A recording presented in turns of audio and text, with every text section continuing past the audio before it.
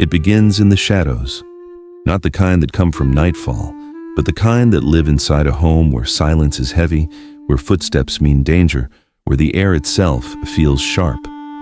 You're small, too small to carry this much. And yet, every slammed door, every sudden shift in tone, every unpredictable storm teaches you something ancient. Love is not safe. Love is threat. And without even knowing it, your nervous system begins to shape itself around fear. This is how a child raised on fear instead of love is born. Psychologists call it fear conditioning. The brain of a child doesn't just grow through genetics, it grows through environment. If that environment is saturated with fear, whether through rage, criticism, neglect, or unpredictable punishment, the child learns survival above all else. But survival has a cost. Instead of laughter, they learn hyper-vigilance. Instead of play, they learn performance. Instead of I am loved, they learn I must not provoke. The message is clear. You are safe only when you're invisible, and the world praises them for it. You're so obedient. You're so strong. You never cause trouble. But no one stops to ask the most important question: at what cost? When a child grows up in fear, their developing nervous system becomes wired for danger. This isn't just metaphorical, it's biological. The amygdala, the brain's alarm system, fires too often. Cortisol floods too easily. The child's body becomes a battlefield, even when there's no war outside. This blueprint follows them into adulthood. Calm feels suspicious. Love feels like a test. Joy feels undeserved. Trust feels impossible. And so they live as if the ground is always shifting. What does the child of fear look like when they grow up? They become the perfectionist who believes one mistake will cost them love. They become the overachiever who confuses exhaustion with worth. They become the partner who never fully exhale in relationships, waiting for the shoe to drop.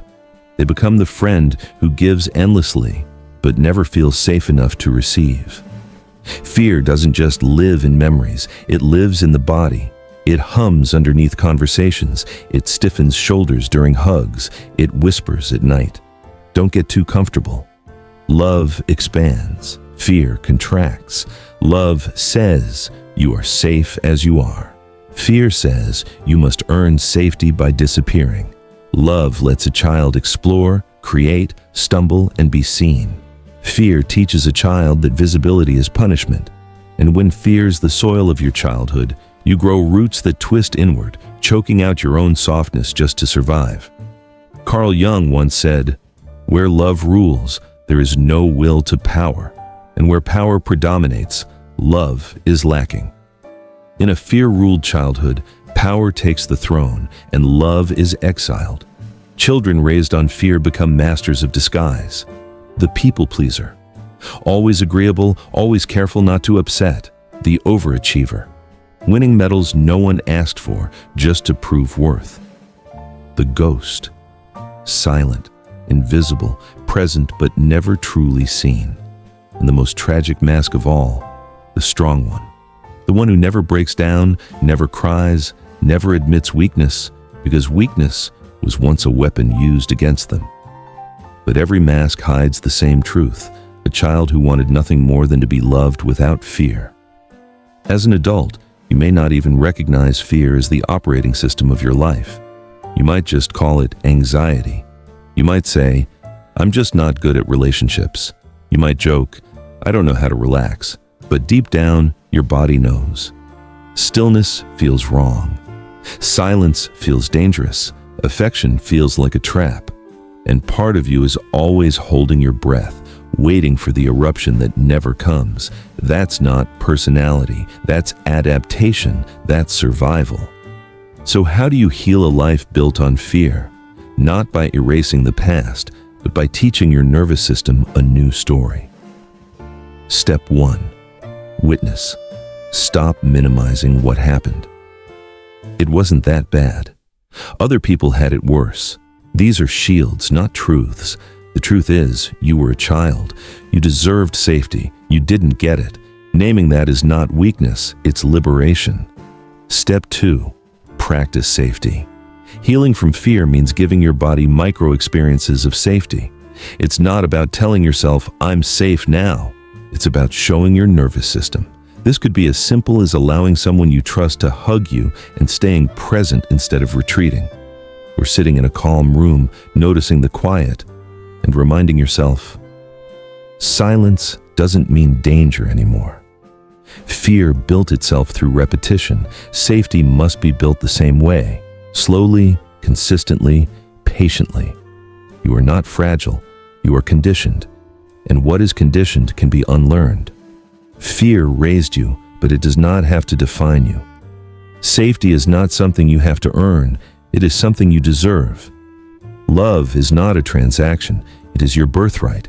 You were never too much, you were never not enough. You were simply a child in need of protection. What saved you then, silence, vigilance, perfection, is strangling you now.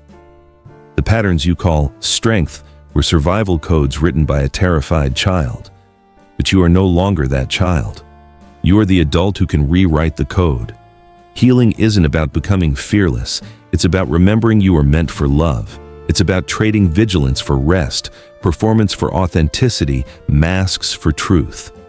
If you were raised on fear, you may believe love is foreign, unreachable, unsafe. But here's the truth. Fear is learned, and so is love. Every time you let yourself rest, every time you speak your truth without apology, every time you allow someone to care for you and you choose not to run, you are teaching your nervous system that love is possible. It won't happen overnight. Fear took years to carve into you. Love takes time to rebuild. There will be days you slip back into old patterns. That's not failure. That's healing. Because healing is not linear. It's circular. You return again and again to the child inside you, the one who lived in shadows, and you whisper, I see you.